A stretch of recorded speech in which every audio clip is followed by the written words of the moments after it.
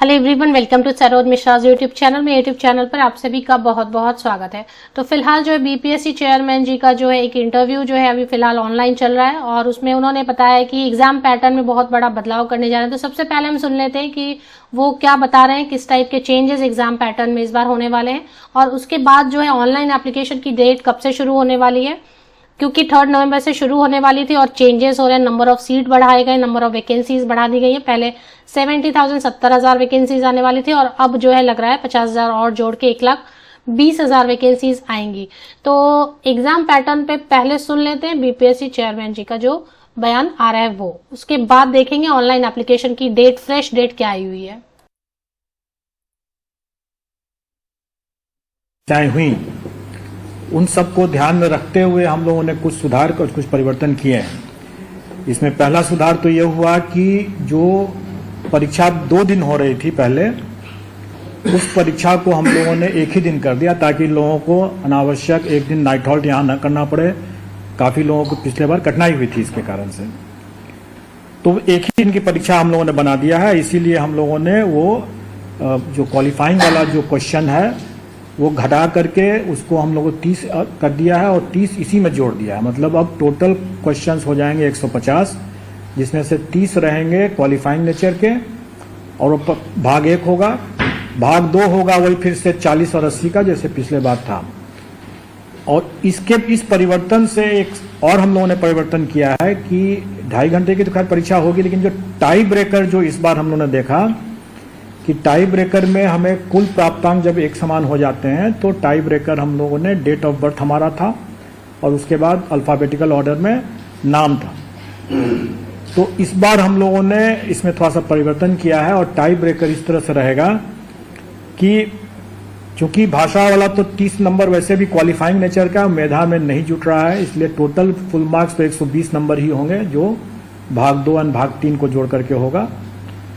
उसके बाद जब इसमें जब टाई हो जाएगा तो फिर हम मेन पेपर का जो प्राप्तांक होगा भाग 3 का जो होगा उसका जिसका ज्यादा होगा उससे हम वो टाई ब्रेकर बनाएंगे और अगर वो भी अगर बराबर हो गया तो फिर दूसरा टाई ब्रेकर फिर बनेगा जो भाषा जो क्वालिफाइंग नेचर का है उसमें जिसको ज्यादा नंबर आएगा वो सेकंड टाई ब्रेकर पॉइंट बनेगा और उसके बाद फिर तब डेट ऑफ बर्थ और तब फिर अल्फाबेटिकल ऑर्डर में नाम।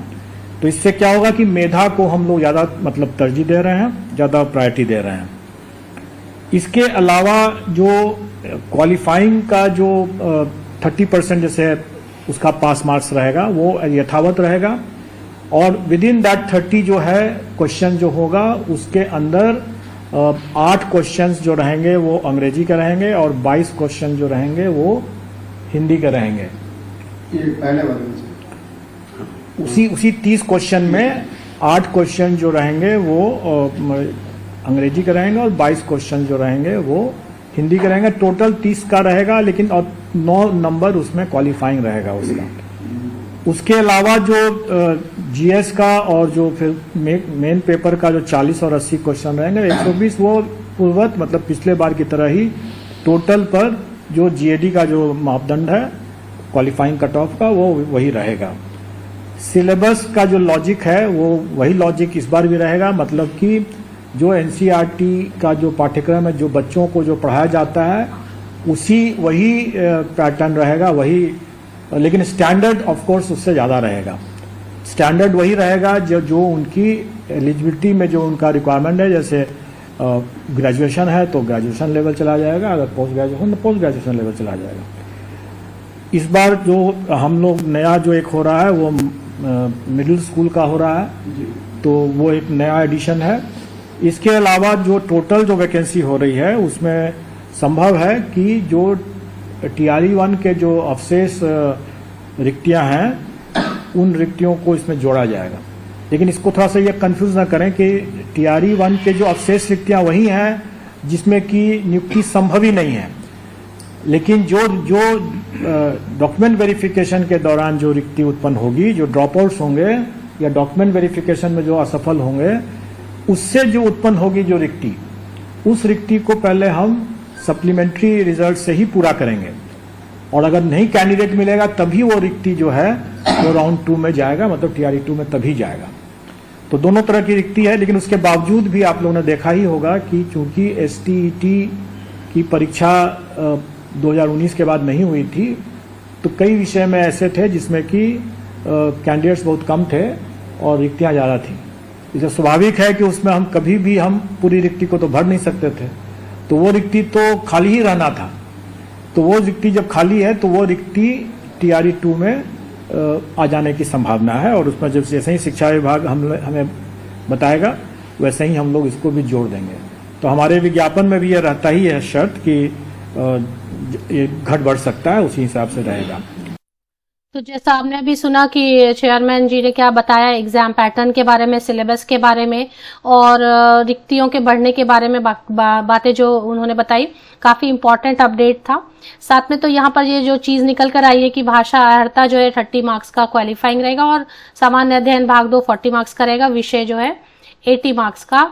और इसके बाद ऑनलाइन एप्लीकेशन के बारे में उन्होंने कुछ बोला नहीं, लेकिन जो निकल के आया न्यूज चैनल पर ही कि निबंधन एवं भुगतान प्रारंभ करने की जो रजिस्ट्रेशन एंड फी पेमेंट जो है स्टार्ट हो जाएंगे 5 नवंबर से और 14 नवंबर तक चलेंगे। विलंब शुल्क के साथ निबंधन एवं भुगतान की अंतिम तिथि लेट फाइन, मतलब फाइन के साथ में अगर करना चाहेंगे तो 17 नवंबर तक भी कर सकेंगे। ऑनलाइन एप्लीकेशन 10 नवंबर से शुरू हो जाएगी और ऑनलाइन आवेदन भरने की अंतिम तिथि जो है, तो अगर बढ़ाते हैं डेट, अगर डेट एक्सटेंड करते हैं तो उस केस में जो है 25 नवंबर तक। तो काफी सारी अपडेट जो है आपको यहाँ पर देखने को मिली है, और ऐसे ही कोई अपडेट आती है। अब PRT के भी जो है कुछ सीट, सबसे पहले तो PRT के जो सीट्स हैं, एक जगह पर तो PRT के सीट्स, एक तो यहाँ पर अपडेट है कि बिहार के SC ST और पिछड़ा और अति पिछड़ा विद्यालयों में भी 3500 शिक्षकों की बहाली होगी। तो ये भी है कि 3500 टीचर्स जो है ना SC ST पिछड़ा व अति पिछड़ा विद्यालयों में भी होगी और इसकी भी स्वीकृति मिल चुकी है, तो ये भी एडिशन में रहेगा। तो अगर आप प्राथमिक शिक्षकों के लिए यहाँ देखें, एक आर्टिकल में जैसा लिखा है, मेंशन किया इन्होंने कि शिक्षक नियुक्ति की अधिसूचना आज संभव, 7 घंटे पहले है, आज या 4 नवंबर को, तो अधिसूचना आज संभव है, हो सकता है शॉर्ट नोटिस भी आए। तो इसमें जो लास्ट में आप देखेंगे मेंशन किया हुआ है कि यहां से अगर आप ध्यान देंगे, द्वितीय चरण के लिए मध्य माध्यमिक व उच्च माध्यमिक विद्यालयों में शिक्षकों की 69,692 पद चिन्हित किए गए। वहीं पहले चरण में माध्यमिक और उच्च माध्यमिक के रिक्त 50,000 से अधिक सीटें भी इसमें शामिल की जाएंगी। मुख्यमंत्री नीतीश कुमार जी ने द्वितीय चरण के लिए 1,20,000 सीटों पर नियुक्ति की घोषणा की थी। इसके आधार पर पहले चरण में प्राथमिक शिक्षकों के रिक्त सीटों को भी दूसरे चरण में शामिल करने की संभावना बढ़ गई। तो यहाँ पर क्या लिखा है कि प्राथमिक शिक्षकों के जो खाली पद रह गए उनको भी हो सकता है कि जोड़ा जाए। तो कई सारे अपडेट्स आपके साथ इस वीडियो में शेयर किए गए। अगर आप ऐसे ही अपडेट्स और पाना चाहते हैं तो चैनल को सब्सक्राइब कर लें, वीडियोस को देखते रहें। आप सभी को best wishes, thank you very much.